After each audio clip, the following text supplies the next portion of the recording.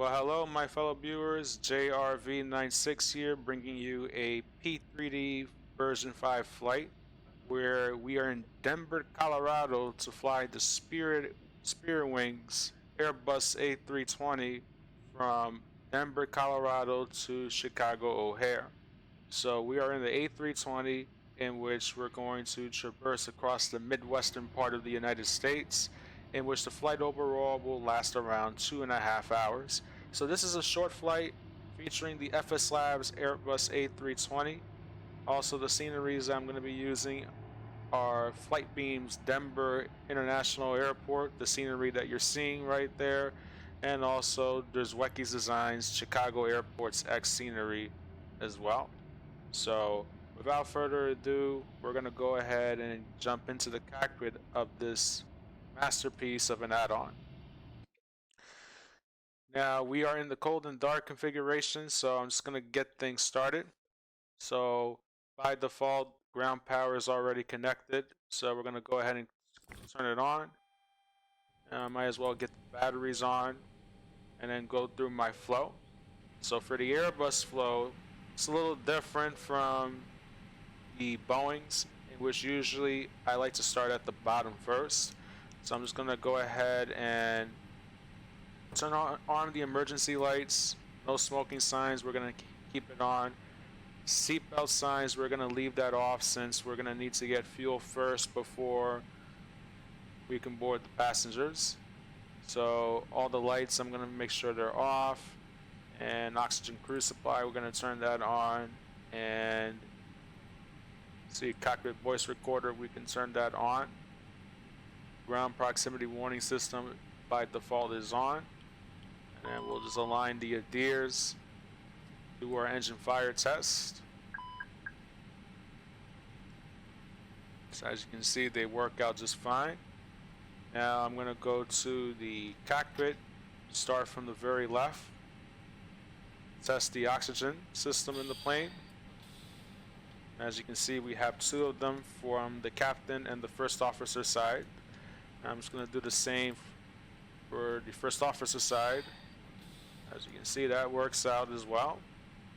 And all the screens have been brightened up by default. And then what I'm also going to do is set the barometric pressure settings for Denver, in which the altimeter, so let me get the METAR.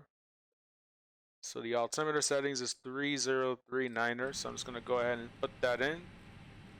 One feature about the FSLabs Airbus is that if you set the barometric pressure on one side, you also have to set it on the first officer side as well, so that way you don't get that message where it says barometric pressure discrepancy right there. And I'm just going to set the backup attitude indicator the same thing as well. Now I'm not going to touch the autopilot yet, so I'm just going to continue to come down, in which we're going to go towards turning on the FMS. So what you do is just hold down the bright button and the FMS will turn on. So I'm going to do the same for both of them, and I might as well just turn this on as well. Alright, and now since this is going to be a VATSIM flight, we will be on Unicom, which is 122.8, since there's no ATC available at this time. Hopefully we may get it at some point during the flight. So right now we're on COM 1, and so we'll turn on the weather system, turn on predictive wind shear.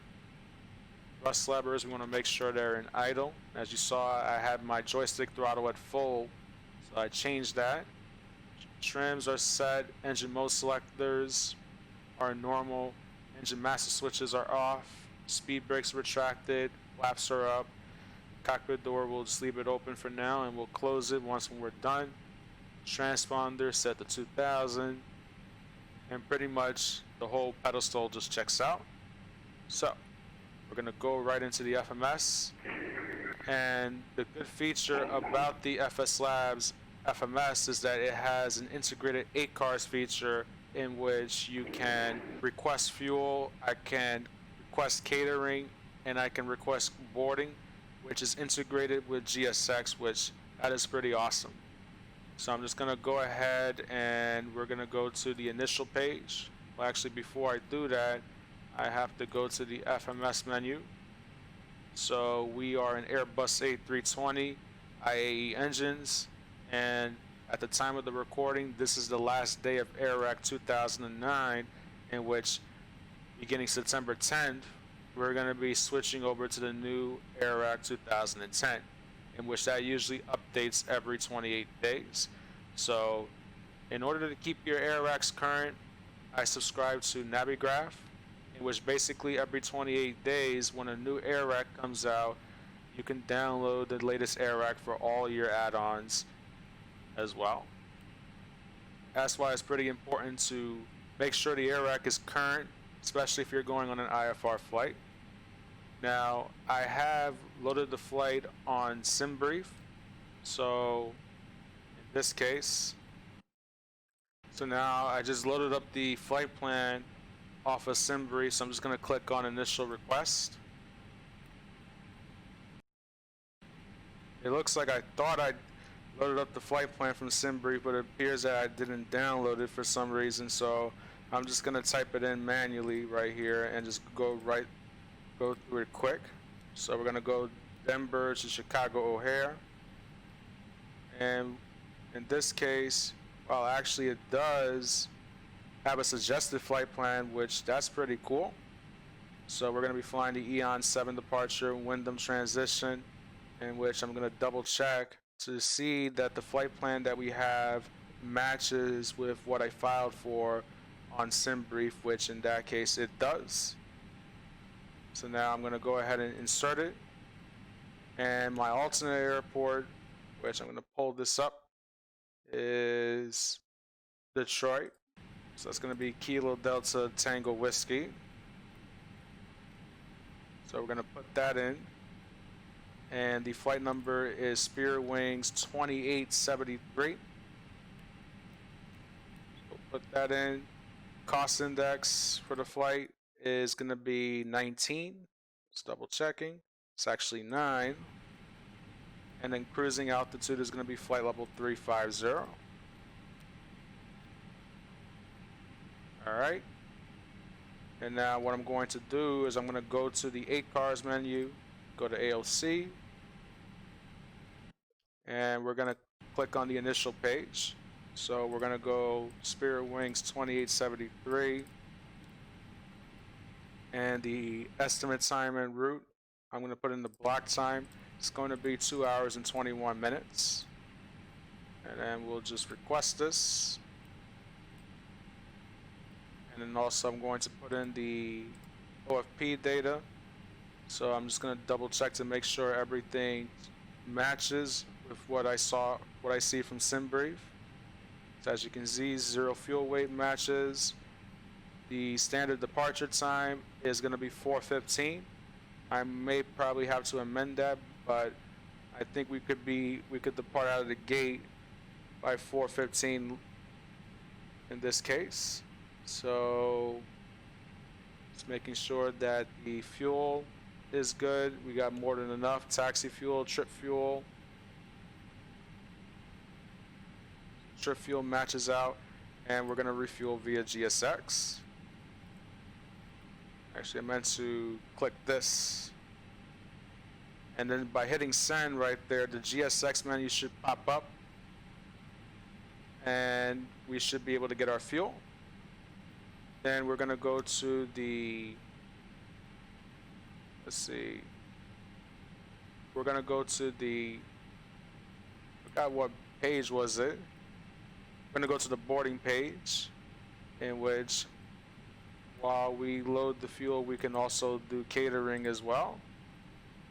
So that way we can get things going. And we'll select that. And now whenever you operate the 8 cars, you'll get company messages right there, in which we have 2 new messages, in which we have our preliminary load sheet. So in terms of the load sheet, you're going to get 2 load sheets, one that's preliminary and one that is final. the final load sheet you would not get until all the passengers have boarded the aircraft. So the preliminary load sheet basically gives you an idea of what your zero fuel weight, your takeoff fuel, also the center of gravity of the airplane as well, in which I'm just going to go ahead and accept this. And then also another message just came in, this slot notification. So nothing significant to report. Now, what I'm going to do is we're going to go to the performance request page, in which we're going to select runway 34 left as our departure runway from Denver. And then getting the latest meets are, right now the winds are at 070 at 5, so we might have a slight crosswind from the right. And there has been no precipitation reported, so it's not a wet runway, nor we're not taking off from an intersection. And we're going to obviously take off with the packs on. And the barometric pressure is 3039. So I'm going to select that. Temperature is 3 degrees Celsius, which is kind of unusual at this time of the year. It's summertime technically, but it doesn't feel like it. When it's 3 degrees Celsius, temperature is like 40 degrees in Denver, Colorado, which is crazy to think about. Now for the estimate takeoff weight, estimate CG, I'm just going to grab the preliminary load sheet. So I'm just going to put the FMS on the other side. Go to ATSU, ALC, and I'm going to go to messages, grab the preliminary load sheet. Estimate takeoff weight is going to be 151,100 pounds. So I'm going to put that in. And the zero takeoff weight is going to be 30.3. So we'll put that in, and then we'll send it over. Once when it's sent, a new message will come. Basically, it will tell you what flat position you would use, what trim settings would you use, and also the flex temperature as well. So it would contain some important information that you would put in the performance page, in which we're going to wait for that message to come. So now on the FMS, since I had to load the flight plan from scratch, we're going to click on Denver Airport, click on the departure. So as of right now in real life, at the time of this recording, Denver is landing runway 35 left, and they're using runway 34 left for departure. So we're going to select runway 34 left, in which we're going to fly, looking at the departure procedure, we're going to fly the EON 7 departure. So it's going to be the EON 7 departure, and there should be a Wyndham transition, but for some reason it doesn't appear on the FMS, so I might have to put it in manually. Or actually it does appear, in which it is part of the SID. And then I'm just going to clear out the discontinuity right here. And then for the arrival, we're going to fly the Flight 5 arrival into Chicago O'Hare. So there's the Flight 5, in which it has been already loaded. And I'm also trying to see what transition we're going to use, which I'll just pull up Navigraph, figure out what my last waypoint is before the start. The mirrors transition. So we're going to click mirrors, hit insert. And now I'm going to go back to the cockpit, make sure that I do the plan page, make sure that all the waypoints that I have listed matches with the flight plan that I have created on Simbrief. So in that case, we got nugs. I'm just going to check the departure procedure chart. So RNAV to nugs, which is going to be our first fix of the SID. And it's going to zoom in right here. That way I can at least see the waypoints. Okay. I'm just going to step back a bit. Alright. So the SID checks out. And then while I do that, let me check to see if the catering trucks are done, in which they are. So I'm just going to call for boarding. And it's got to click on request.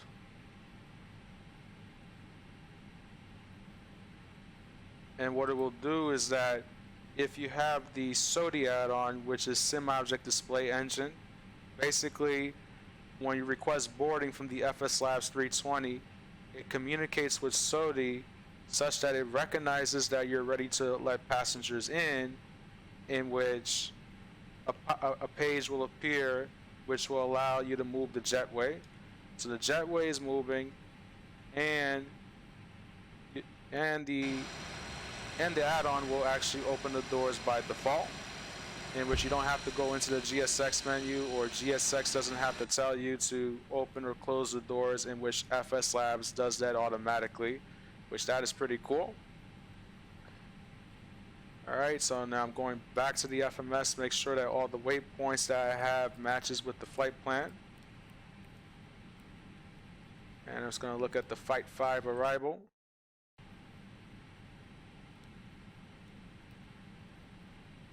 Okay, it looks like they match out to me.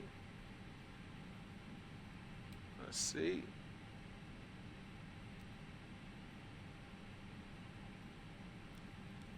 Just double checking.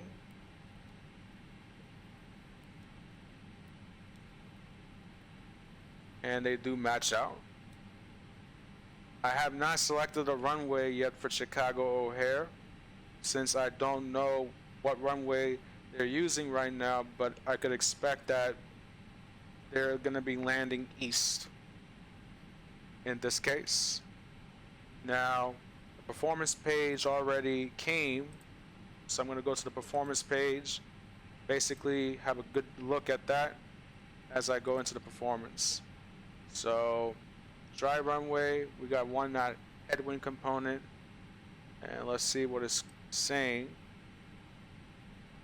So it looks like we have about 0.3 degrees nose down trim, and we're going to be using flaps 1, and there's our B speeds.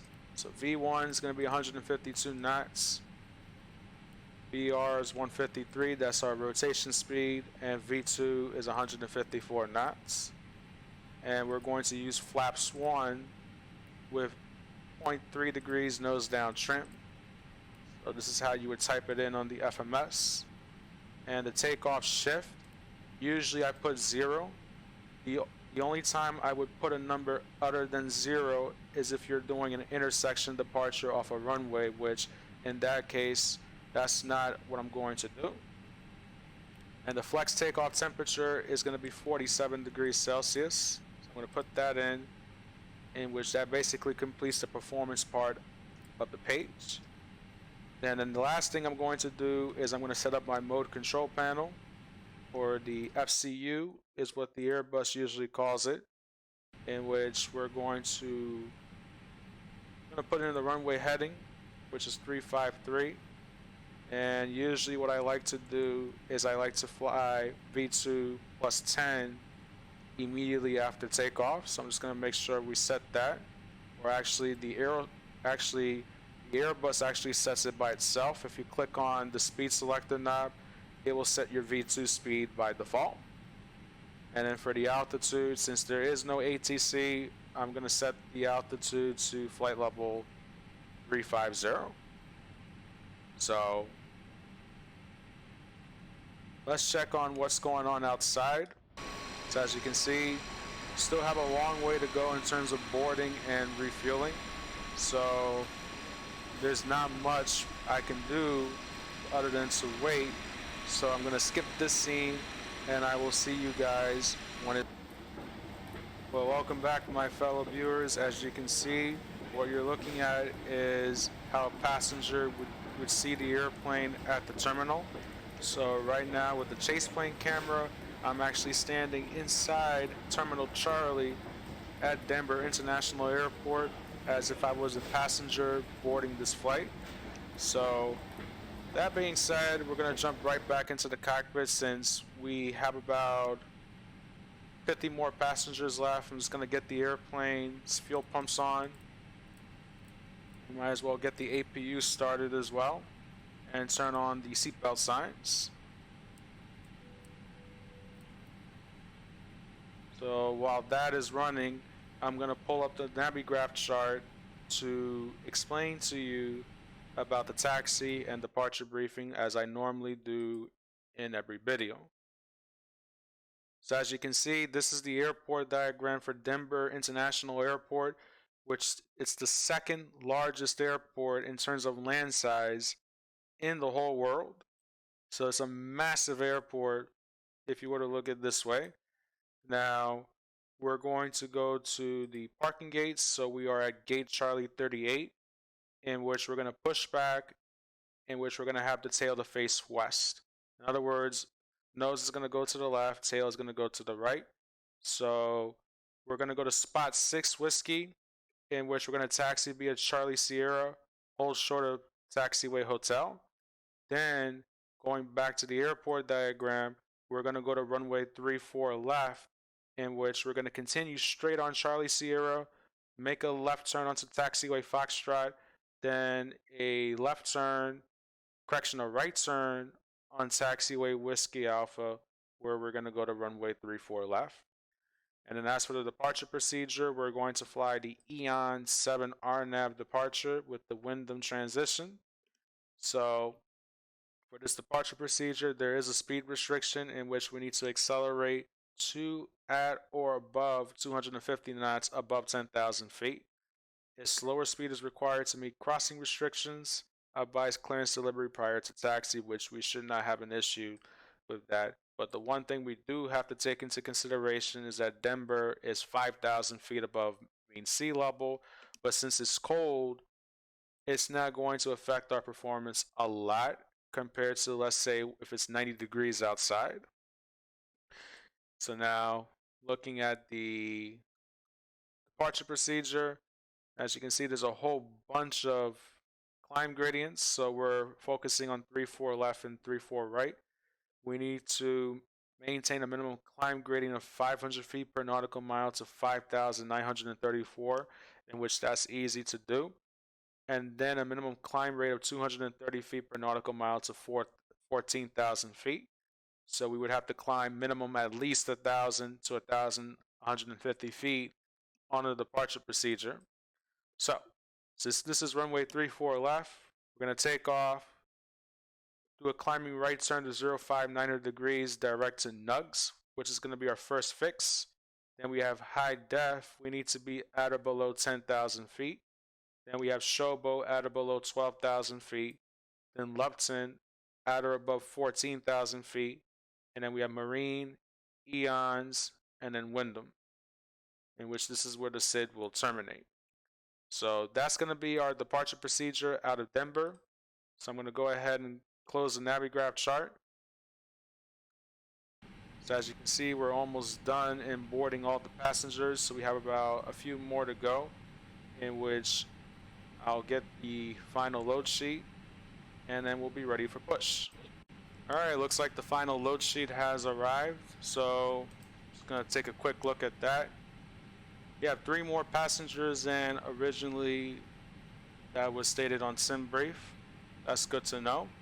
And then the zero fuel weight is going to be 131.9, and the zero fuel weight CG is going to be 32.3.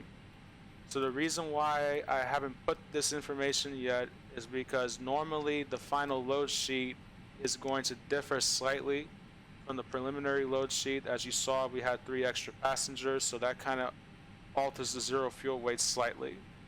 And then fuel in tanks, so we're going to put in 19.6, so that way we get our fuel prediction page.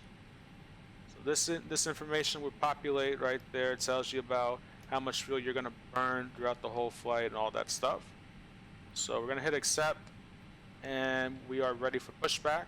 So I'm going to call GSX to start our pushback. And do you request the de-icing treatment? So it looks like since it's cold, we're going to have to get de-icing first before we can start the pushback.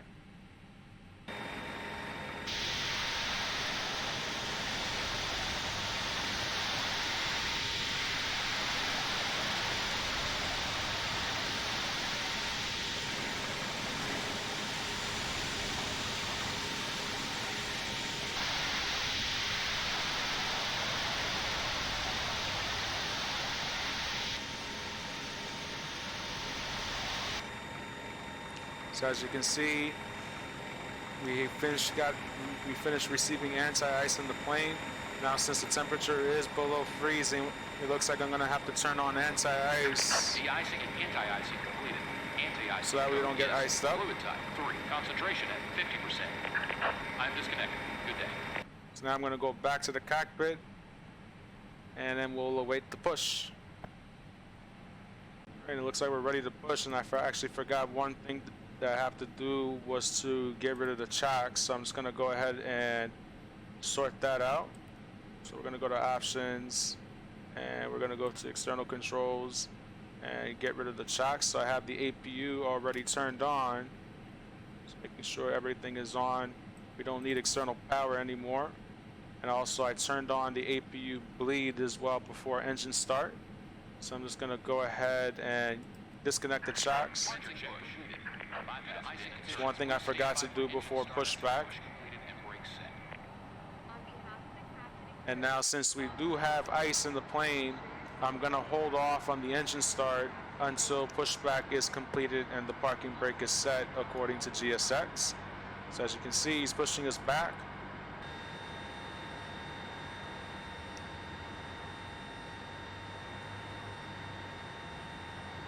As you can see the amount of detail they even put in, even ice on the wing, on the fuselage, which that's pretty crazy right there, how far we've come in P3D version 5. Set parking brakes. Alright, so now I'm going to jump right back into the cockpit and we'll set the parking brakes. Waiting your confirmation. And then we'll start the engines. So I'm going to go engine number 2. So the way how you start the engines in the FSLabs Airbus, in which I just got to make sure the thrust levers are at idle. The way how you start the engines in the FSLabs Airbus is that you have to hold the engine master switch by right clicking on the mouse, and then you have to click on the left click in order to get the engine going. So as you can see, the N2 should be rising up, and there's our N1.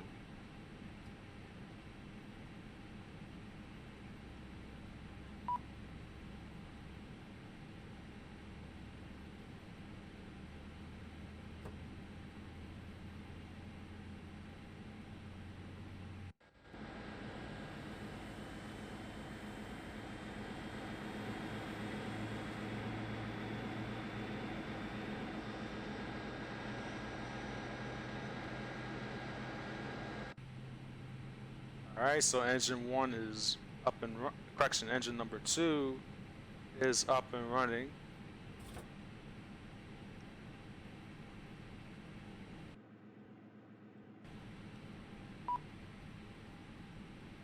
Alright, and now I'm going to go ahead and start engine number 1 since it has stabilized.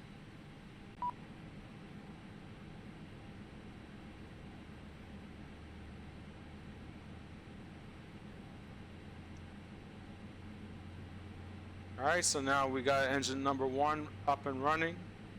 It'll stabilize, so we have good engine start on both engines. So I'm going to go ahead and have the ground crew disconnect the pushback truck.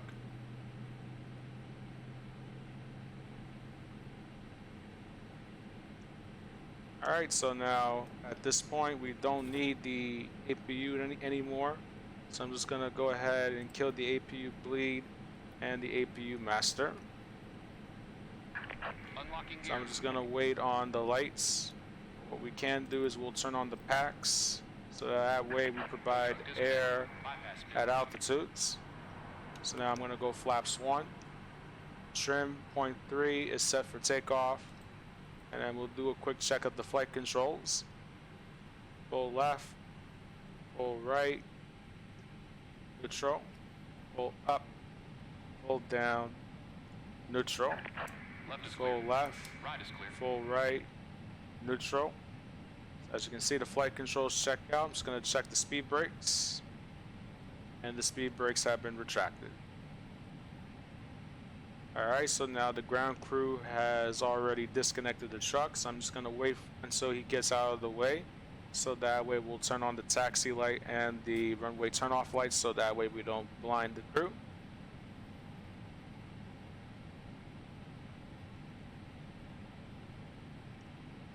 I'm just going to go through the checklist that I have for the FSLabs Airbus, which is included in the documentation. So we've already did our takeoff briefing, performance, and we'll go ahead and turn on the taxi lights and the runway turn-off light. Forgot to turn on the beacon light. I should have done that before pushback. And there was also another thing I forgot to do, which is to set the block time to run. Now I'm going to go ahead and release the parking brakes, and we'll begin taxiing.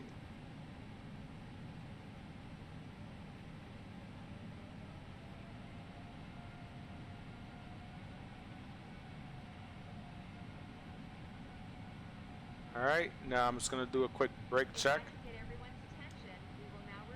And the brakes check out. And I'm going to set the auto brakes to max.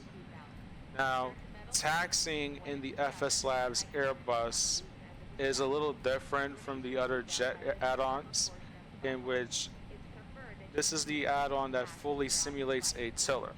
So what that means is that in the real airplane, you actually have to use the tiller, which is this right there, in order to steer the airplane.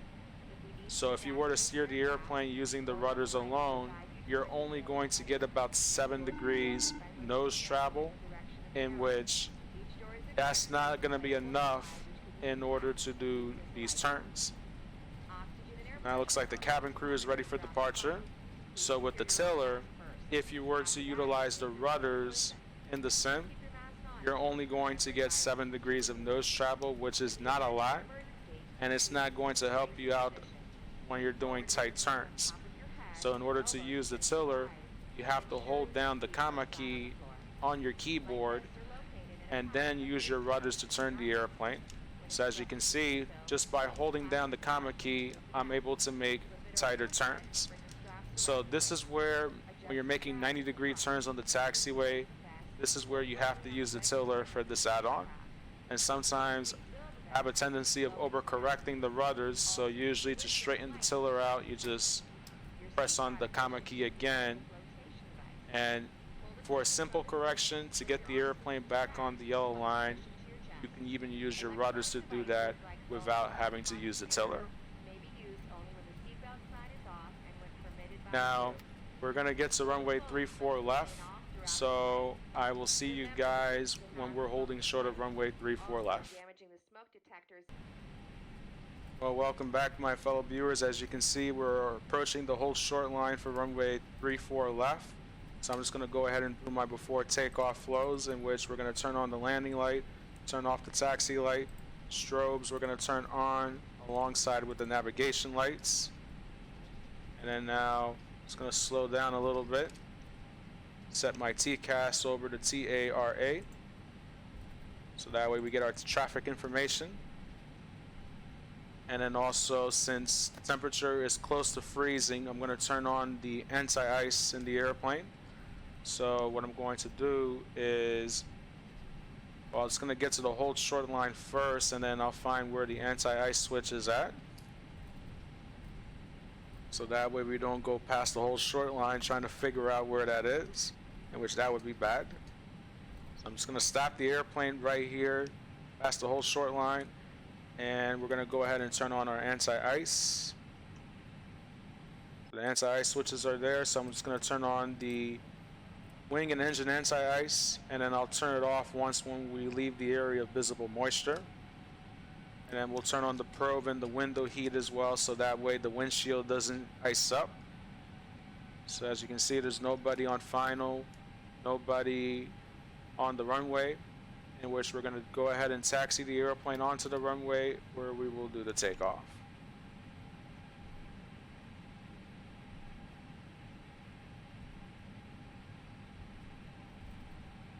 And as you can see, just by turning on the engine anti-ice, the engine does use a little bit more power than normal, in which this is something that you want to be aware of, especially when you're climbing in this aircraft, in which you'll have reduced climb performance in that case. So now I'm going to line up to take off from runway 34 left, and we're going to go Mantoga SRS and runway.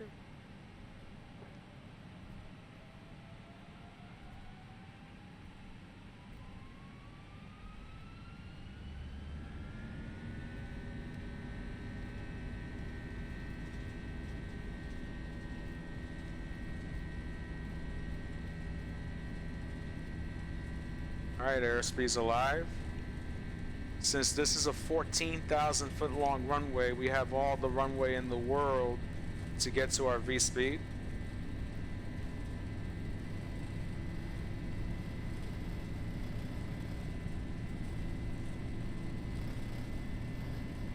V1, rotate, and V2. So we're going to do positive rate of climb, gears coming up.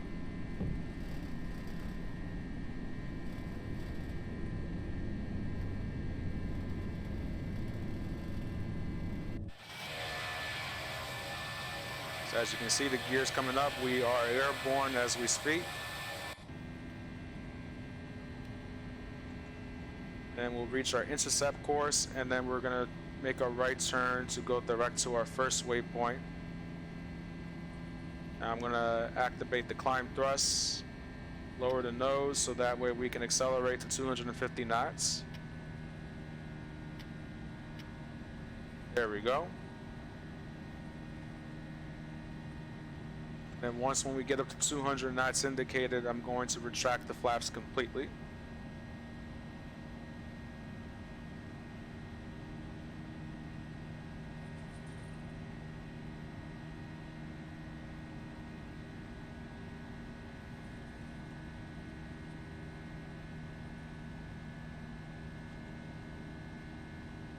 Alright, so now we are going direct to Nugs. We're going to encounter some clouds, which is why I have the anti-ice turned on for a reason. And we're going to go flaps up. And at this point now it's good to turn the autopilot on.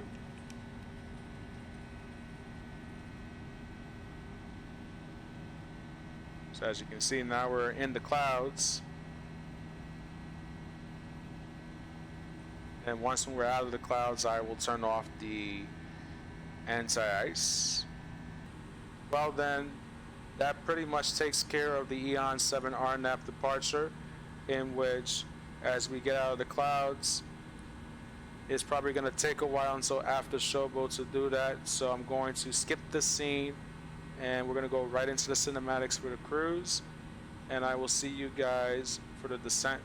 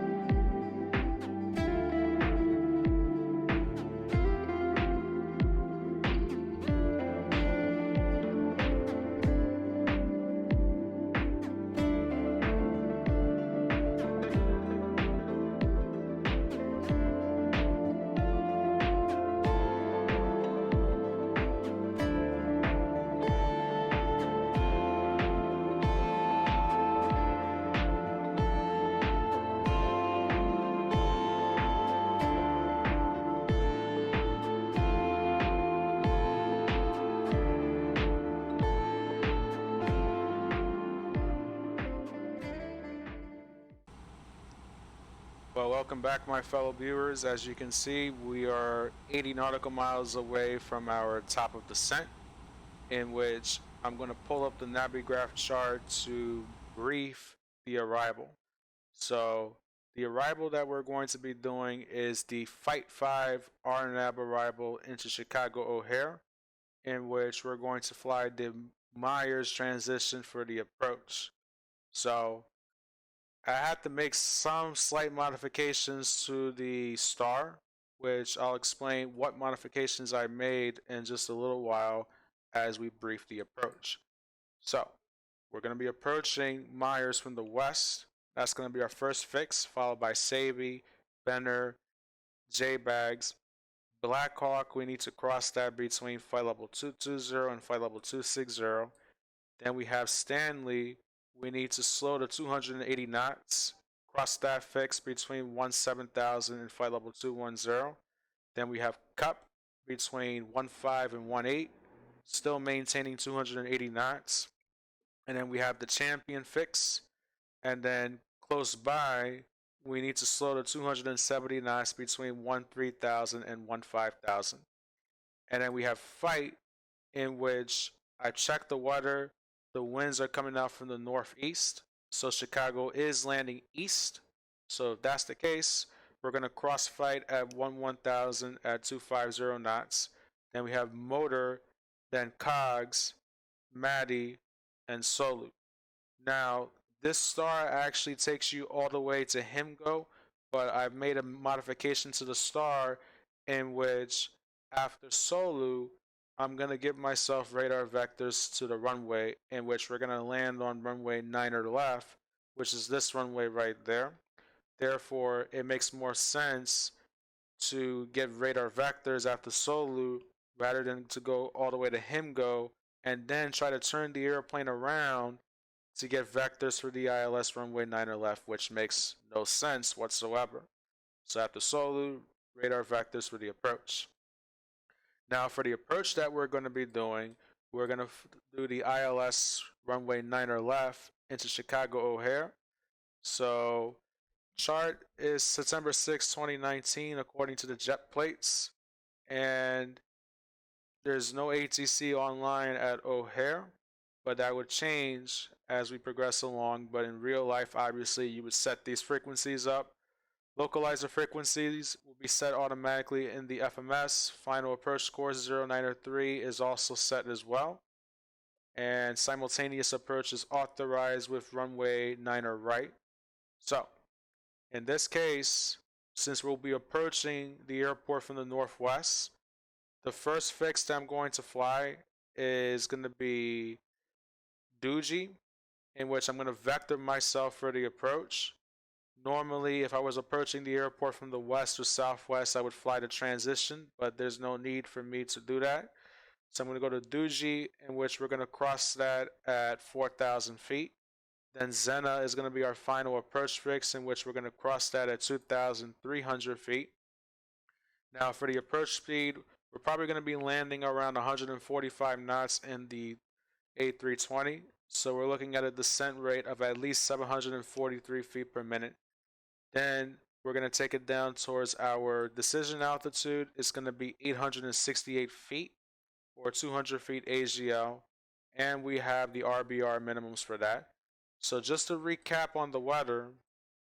So right now O'Hare is calling 030 at 11. And sky conditions are overcast 900 feet. So therefore the weather conditions are IFR.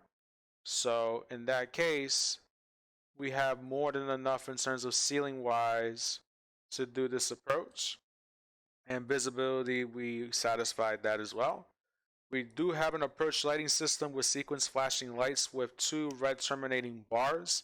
That's the type of approach lighting system that you will see when we're on short final. Now, if we have to go miss, we'll fly runway heading to 1,100 feet, do a climbing left turn to 4,000 feet, direct to the Northbrook VOR, where we're going to hold. In this case, it looks like it's a parallel entry, which it is. Minimum sector altitude, which is based off the airport itself, is 3,400 feet. Now, When we land on runway 9 left, which is at the top of the airport diagram, we're going to get off at Mach 1. So I'll probably use medium auto brakes since it's a 7,500 foot long runway. And then we're going to go to gate.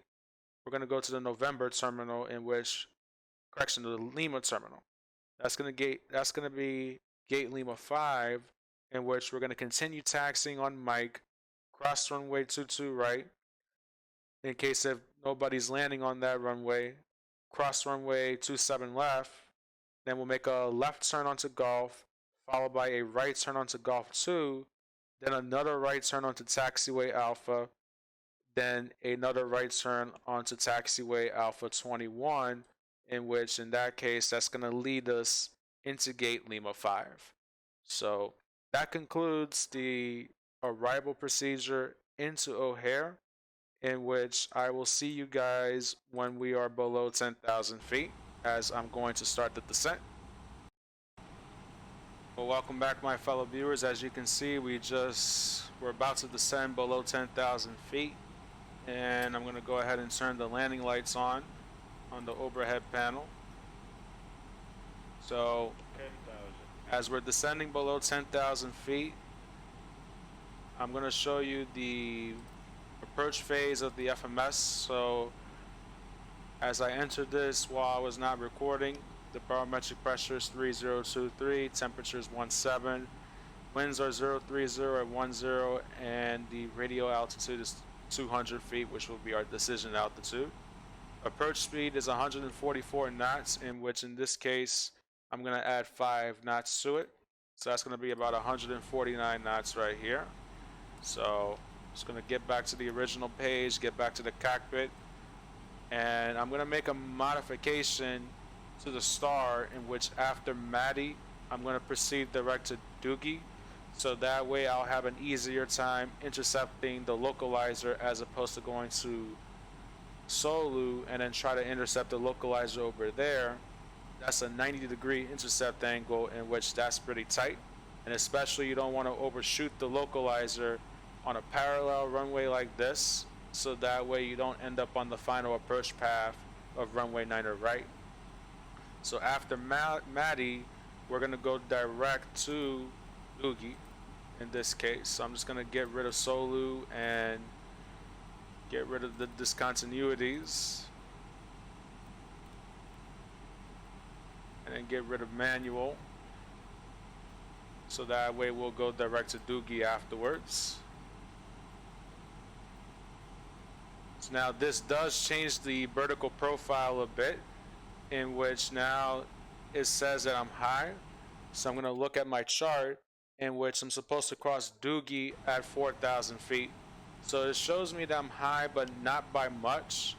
So I'm just going to change my VNAV, and we're going to descend down to 4,000 feet. And at the same time, I can slow the airplane down to around 220 knots. So the interesting thing about the FSLabs Airbus is that if the VPASH senses that you're high, basically it's going to draw this line, in which this is the point in which you're going to re-intercept this green line, which basically is your vertical path.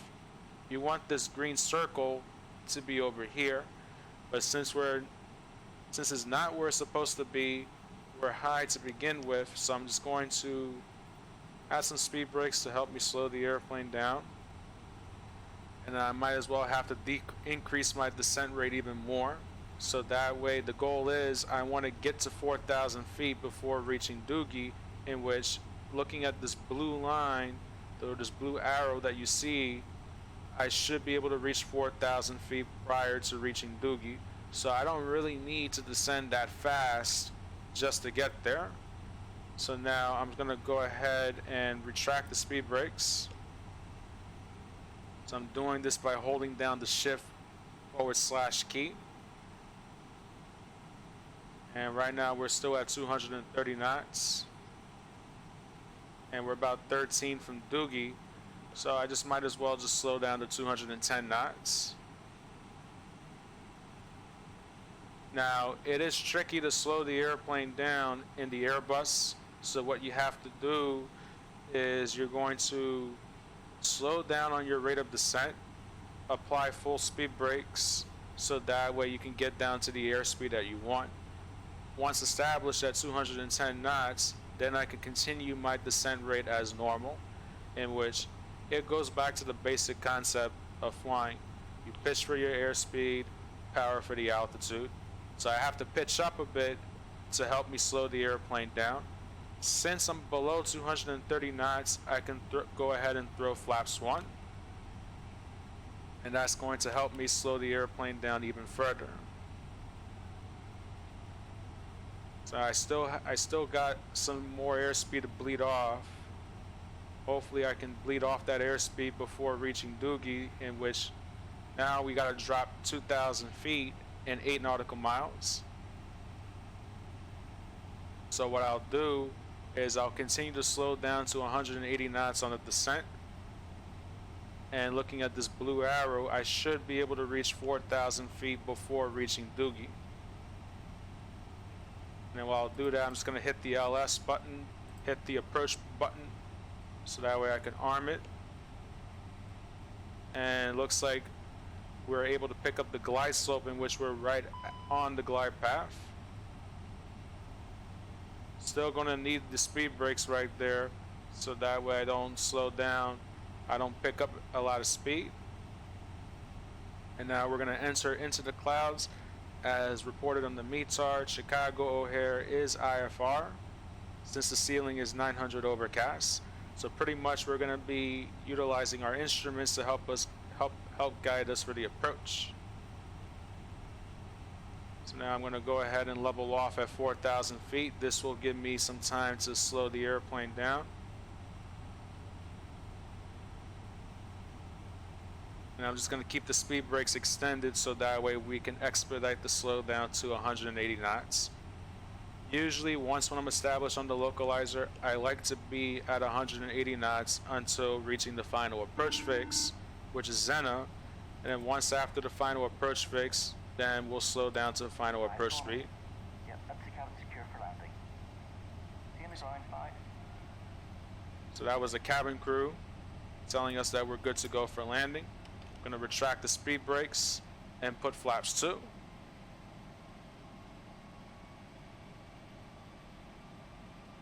Okay, just watching what the airplane is doing. Hopefully it's holding at 4,000, and I should be able to intercept the localizer pretty soon.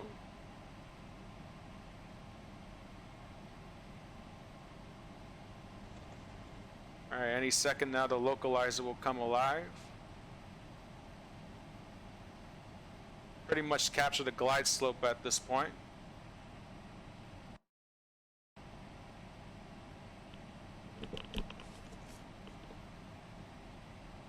Alright, and now since we're in the clouds, my focus is going to be on the instruments, in which we're not going to break out until we're about, I would say, around less than 2,000 feet.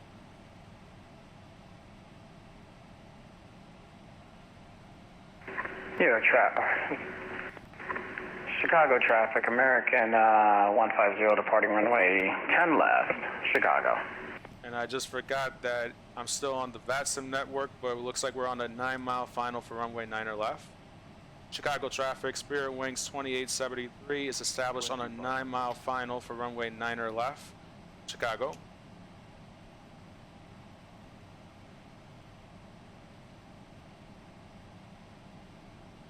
Alright, now at this point I'm going to slow down to final approach speed.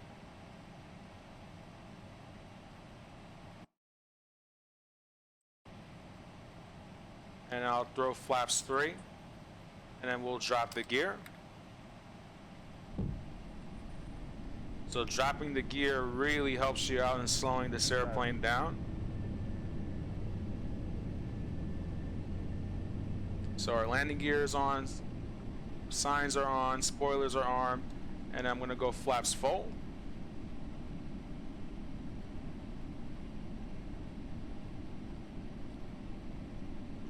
Alright, so there's flaps full, and we're at the final approach fix. So once when I have the airplane stabilized airspeed wise, I'm going to go ahead and kill the autopilot and manually control the aircraft.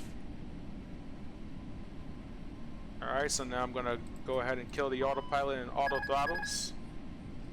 And I have manual control of the aircraft. So this is where, in IFR conditions, you really gotta keep your eyes glued to the instruments.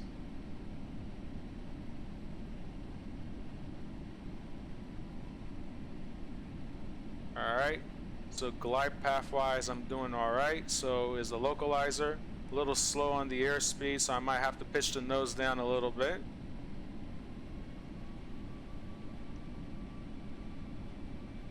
That's gonna help me bring my airspeed back. And also localizer wise, I just gotta get that going a little bit to the left and then get the glide slope back. So right now we're 1,000 feet AGL, so any second now we should break out of the clouds.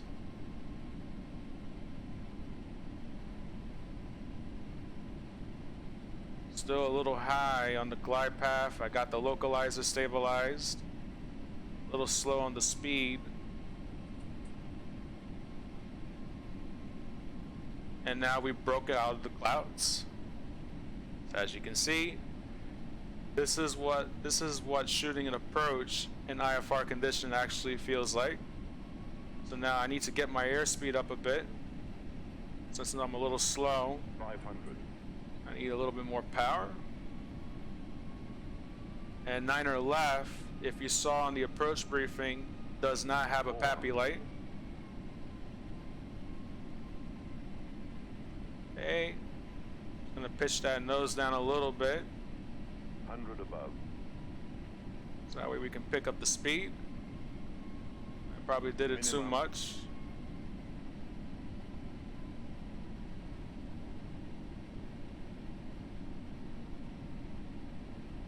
$100. 50, 40, 30, 20. Retard 10. Flared a bit too much. 5. Touchdown.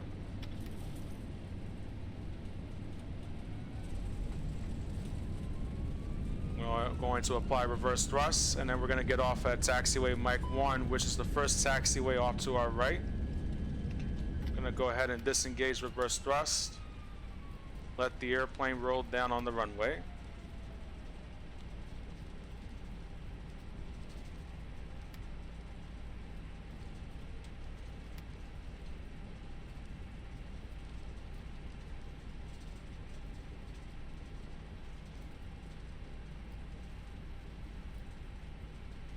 Alright, so now we're going to exit the runway.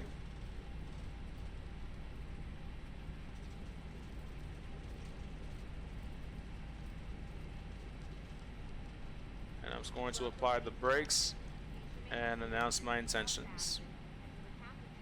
Chicago traffic, Spirit Wings 2873 is cleared of runway 9er left at Mike 1. We're going to go to the Lima terminal via Mike.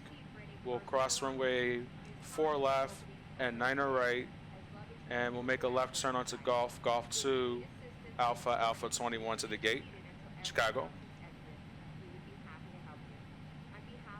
Alright, so now that was my call, and I'm going to turn off the landing lights, clean the airplane up, turn on the taxi lights, turn on the APU, kill the strobe so that way we're not blinding anybody. And also I'm going to bring the flaps back up and verify the speed brakes are retracted, and that's going to be the flight. One thing I forgot to do before the pre-flight is to set the chrono time right before takeoff, in which usually in the Airbus you want to do that so that way you have your air time and your block time in the stopwatch. So now this is going to be a very lengthy taxi to the gate, in which, looking at the airport diagram, we have to cross 2 runways, and we also have to get to the terminal.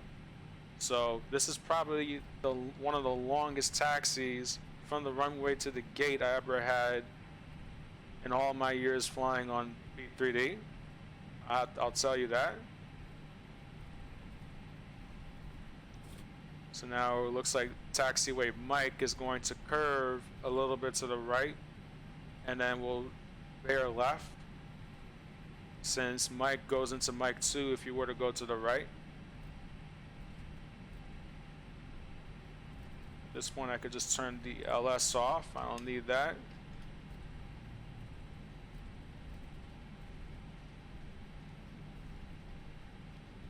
So this is Drzewiecki Designs Chicago scenery, in which throughout the time when FlightSim X and P3D came out, Chicago O'Hare has underwent significant changes now.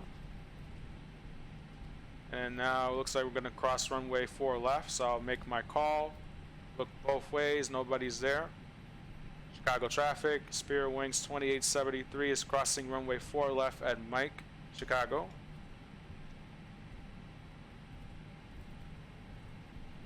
So pretty much, since this is going to be a lengthy taxi, I'm going to fast forward until we get to the Lima terminal. So I will see you guys there.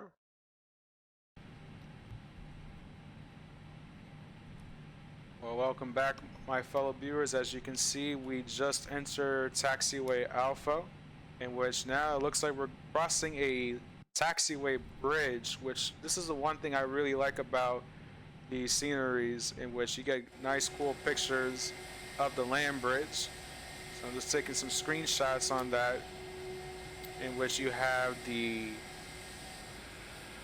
what in New York City we call an air train from one terminal to the other. Alright, so it looks like Alpha 21 is going to be the first taxiway off to our right, and we're going to go to gate Lima 5. As you can see, I'm really putting this tiller in work when you make sharp turns. So now I'm going to go to the gate at my chart, and there's GSX waiting for me.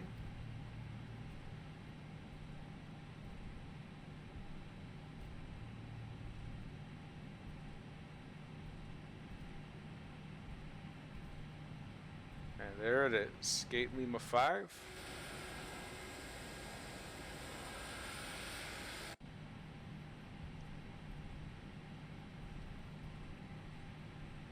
Alright, there goes our air marshaller standing up. Make this slight left.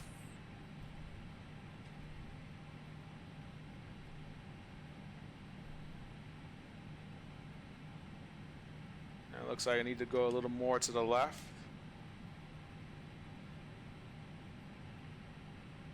Now a little more to the right.